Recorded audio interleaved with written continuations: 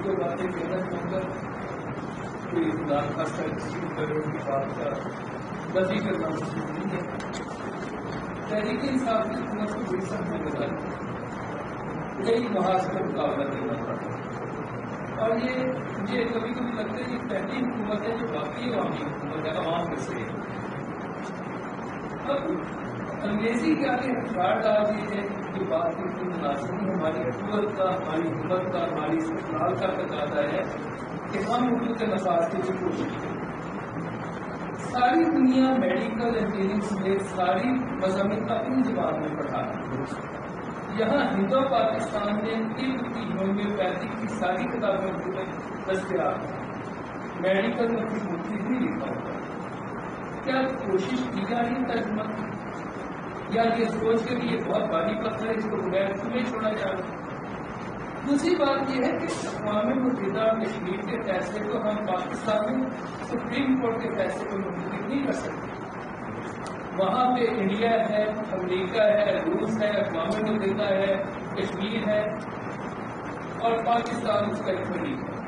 وہ عالمی طاقتوں کے مابین ایک فیصلہ ہے. یہ پاکستان ہے، یہ اس کی سپریم کورٹ ہے، یہ اس کے عوام ہے. میں بڑی واضح بات کروں گا کہ تحریک انصاف کا یہ فرض ہے کہ اس ملک کو اردو نافذ کرے اور اس کے ذریعے تعلیم اور سرکاری زبان بنائے. یہ قائد اعظم کا فرمان بھی ہے، یہ آئین پاکستان کا تقاضا بھی ہے، یہ عدالت عظمیٰ کا حکم بھی ہے اور یہ اس ملک کی سب سے بڑی واحد زبان بھی ہے. انگریزی اس ملک کے کسی باشندے کی زبان بھی ہے. ہم جتنا انگریزی کے پیچھے بھاگیں گے ہم جہالت، لاعلمی اور غربت کی طرف جائیں گے. ہم اس ملک میں اردو کے نفاذ کے بغیر ترقی کا کوئی خواب نہیں دیکھ سکتے، خوشحالی کا کوئی خواب نہیں دیکھ سکتے. اس لیے بڑا واضح طور پہ یہ مشہور ہو کے ان کو اردو کے نفاذ کی کوشش کرنی چاہیے اور اگر کوئی اس میں رکاوٹ بند ہے تو اس کو ہٹا دینا چاہیے، اردو کو نہیں ہٹانا چاہیے. میں معذرت بات کی تفریح کرنا منظور نہیں ہے. آپ میرے رہنما ہیں، میرے قائد ہیں، میری حکومت ہے، اس لیے میں اپنا سمجھ کے بات کر رہا ہوں، اس اور سمجھ کی بات نہیں کر رہا. اب میں محترم انتہائی محترم اور میں ان سے کہہ رہا کہ آپ کو دیکھ کے ہمارا یقین اپنے مقصد غور کرتا ہوا کہتے ہیں میں تو شروع سے آپ کے ساتھ ہوں لیکن مجھے یہ لگتا ہے دنیا سے بڑی تازی ہے. ڈاکٹر افتخار حقانی صاحب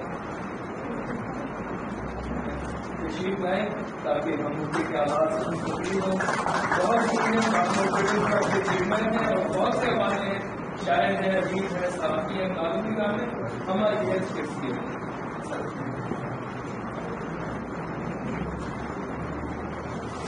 بہت شکریہ محمد صاحب. آپ نے ہم بزرگوں کو سخت بلا کے مجھے پانے اس کو ہم کم اور مجھے پانے فاطمہ کو بچایا ہے. تو آپ نے ہمارا پہلے امتحان کار سے گیا میں سوچ رہا تھا مگر اس کو میں کلاس کی کر سکوں اور نہیں اور یہ میں کلاس کر گیا تو میں سمجھتا ہوں ٹھیک ہماری سے ٹھیک ہے. رانا صاحب کا نہیں کام کرتا یہ ہم پہلے امتحان میں کامیاب ہو گئے. دوسرا ہے کہ ہم تو میں تو کم سے کم سچ نہیں بول سکتا، تھوڑا تھوڑا باقی لوگ بول سکتے ہیں.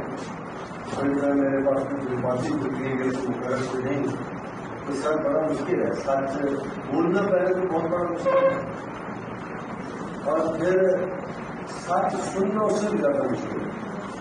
ہم جہاں جہاں پہ اپنی سوچ کے حوالے سے بیٹھے ہوئے ہیں وہاں ہمارے اندر بہت زیادہ مدافعت ہے ہر سچ سننے کے بارے میں کہ جو ہمیں بتایا گیا ہے جو ہمارے اندر چیزیں حاصل ہو چکی ہیں انہیں ہم ان کا کامش کرتے ہیں، تبدیلی کی طرف نہیں کرتے. تاریخ ہے اور تلخ ہے. ہم تاریخ سے اپنی مرضی سے لیتے اس کی عقیدت سے پڑھتے ہیں وہ نہیں ہے جو تاریخ ہے. اس کے ساتھ آپ نے شروع میں جو باتیں کی ہیں ہمارا جس طرح توجہ دلوائی ہے کہ پاکستان میں قائد اعظم محمد علی جناح کے بغور اردو کا دشمن کیا ہے، وہ پاکستان کے دشمن.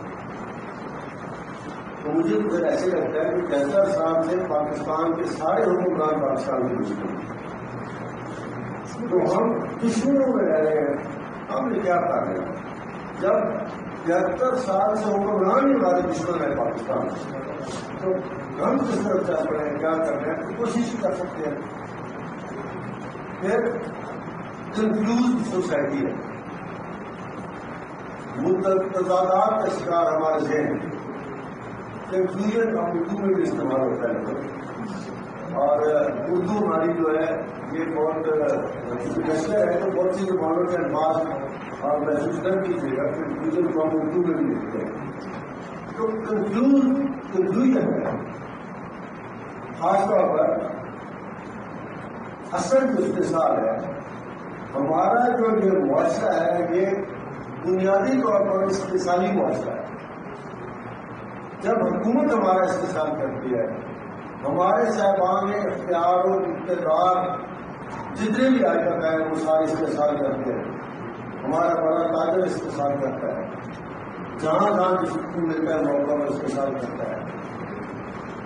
تو ہم استحصال کرنے والے لوگ جو ہیں، ہم استحصال زدہ لوگ کشمیر کے استحصال کی بات کرتے ہیں. ہمارے اندر استحصال موجود ہے، اس کے خلاف بھی ہمیں جدوجہد کرنی چاہیے. جب ہم جہاں استحصال کے خلاف کوئی دن بنا لیں گے تو پھر کشمیریوں کا بھی ساتھ دیں.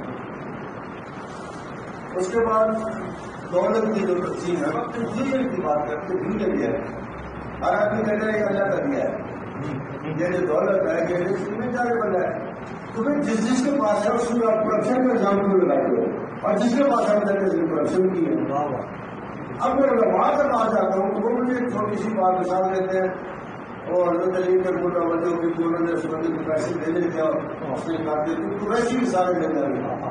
اگر یہ کچھ سب پر پیسے ہی مل جائیں گے تو پھر ہمیں کیا ضرورت ہے پیسے کرنے کی. قسم ہے کہ پیسے آپ سے چلے چھوڑے، آپ کو کرپشن کے خلاف کریں، اپنے پاس رکھیں، اگر آپ کو دیا کنفیوز ہے، بے پناہ کنفیوژن ہے. ہماری بہت سے ریاستی مسائل جو ہیں، جیسے ہمیں آج تک یہ نہیں پتہ چل رہا کہ ہم نے پاکستان کی مدد کرنے یا اسلام کی مدد کرنے. بڑا نقصان ہے. پہلے کوئی کہتا پہلے پاکستان، کوئی کہتا پہلے اسلام. اچھا میں کبھی کبھی کہتا ہوں کہ اسلام کی بدقسمتی دیکھوں کہ 1400 سال کے بعد اگر اس نے پاکستان کے عوام کے ہاتھوں سے یا ہماری حکومت اور حکمرانوں کے ہاتھوں سے بچنا ہے تو پھر اس کی قسمت ہم تو کچھ نہیں کہہ سکتے. ہم تو اپنا پاکستان پورا نہیں بچا سکے، پھر 30 سال کے بعد تقسیم ہو گیا. تو جس کا دین ہے وہ خود بچا لے گا. ہم یہاں پہ ایک دوسرے کو مار مار کے جنت میں جانے کی کوشش کرتے ہیں. یہاں جتنی انویسٹمنٹ آئی ہے باہر سے، ہماری اصل مسئلے میں آج تک نہیں سمجھ ہے کہ ہمارا مسئلہ اسلام ہے یا اکنامکس ہے یا ریاستی نظام ہے. ہماری جتنے بھی انویسٹمنٹ اس ملک میں آئی ہے وہ نان پروڈکٹیو زیادہ ہے، اور یہاں پہ فسادات کے لیے استعمال ہونے والی زیادہ ہے. 5 جنگ سے لے کے اس وقت بھی آپ سوشل میڈیا پہ جائیں جتنی فرقہ واریت وہاں پہ ہو رہی ہے. مجھے تو ایسے ڈر لگ رہا ہے کہ اگر یہ پاکستان میں فرقہ وارانہ فساد آنے والے ضرور ہوئے تو پتہ اس ملک کا کیا بنے. اس کے سارے علماء کو شیعہ سنی بریلوی دیوبندی علماء کو بیٹھ کے اپنی دکانوں کو تھوڑے سے بھی یہ تالے لگا دے سکتے، ورنہ جو تباہی یہاں پہ نظر آ رہی ہے آپ اس کا تصور بھی نہیں کر سکتے. اور کشمیر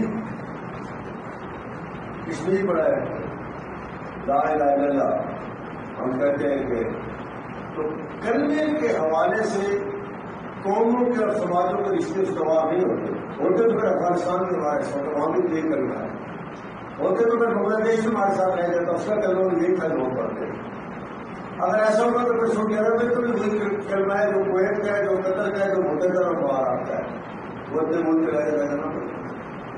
اور سچ میرے کشمیری دوست ہیں بھائی بیٹھے بات کر رہے تھے، سچ بات کہہ رہے ہیں کشمیر جاتا جانے کو دوسری طرف تھے، وہ پاکستان کے ساتھ نہیں رہتے، وہ اپنا انڈیپینڈنٹ ملک چاہتے. میں آپ کو صحیح سچی بات بتا دوں، یہ سچ ہے. چھوٹے چھوٹے سچ بڑا سچ کی بولوں گا. یہ تو برداشت کر سکتے.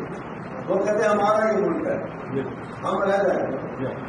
اور پھر وہ نہیں کہ اس کو کہتے ہیں کہ وہ دل پر پاکستان میں ہمارے ہے. اور بات مجھے جانے میں اسٹیٹمنٹ دے دیجیے اگر آپ کی یاد ہو تو اگر فوج وہاں پہ نہ رہی ہو تو کب تک محبت کہلاتا ہے ہمارے ساتھ سے انرجی کا. کشمیر کا ہمارا یہ ہے کہ آج بھی کشمیر کے رہنے والے ہمارا ایک اسٹریٹجک ایشو ہے کہ پاکستان میں اپنی زمین بھی خرید سکتے ہیں یا ووٹ بھی دے سکتے ہیں, نہ رہ بھی سکتے ہیں. میں کشمیر میں جا کے ایک بندہ زمین بھی خرید سکتا مجھ پر بہن انڈیا نے بولے تو اس کے اندر کی ترجمے ٹھیک ہے لیکن انہوں نے وہاں پہ اپنے لوگوں کو خریدنے کی اجازت دی. آپ نے اجازت دی. ہم سارے جا کے وہاں پہ انویسٹمنٹ کرتے ہیں, ہم وہاں پہ بلڈنگیں بناتے ہیں, ہوٹل بناتے ہیں, پاکستان کشمیر پیک کرتے ہیں. آپ نے صرف کاغذوں میں نقشے نہیں کبھی بنانے سے کبھی ملکوں پہ کم سے کم.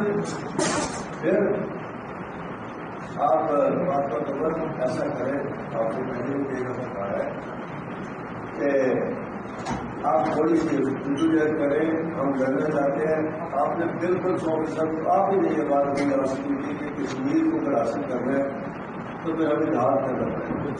اب جہاز میں نے اور شاہ صاحب نے اور امیر صاحب نے نہیں کرنا ہے, اس کو بیچارے میرے دوست کے ساتھ میں اس کے آپ نے ڈنڈا پکڑ کرنا ہے. جہاز کے لیے ہم نے ایک مسلح افواج کا ادارہ رکھا ہوا ہے.